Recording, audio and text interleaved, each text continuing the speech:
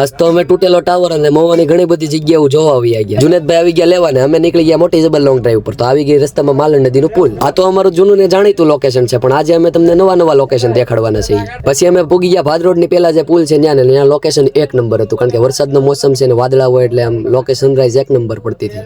પછી અમે પૂગી ગયા ગેમ ઝોન પાસે. અહીંયા કોણ કોણ પિક્ચર જોવા આવેલું છે કમેન્ટ કરજો. પછી અમે ધામા નાખી દીધા ભાદરોડ ગામમાં. આ ગામમાંથી કોણ કોણ વિડીયો જોવે છે કમેન્ટ કરજો. પછી અમે મોજ કરતા કરતા જતા હતા ખાટસુરા ગામ બાજુ. લોકેશન પછી જોજો, પેલા તમે અમારા નખરા જોઈ લો. જિંદગી નાની છે પૂરી વસૂલ કર, દુનિયાની છોડીને તું પોતાની ચિંતા કર. થોડી ઘણી બુદ્ધિ બાકી રહી હોય અગર, આ સલાહ માન મારી વિચાર્યા વગર.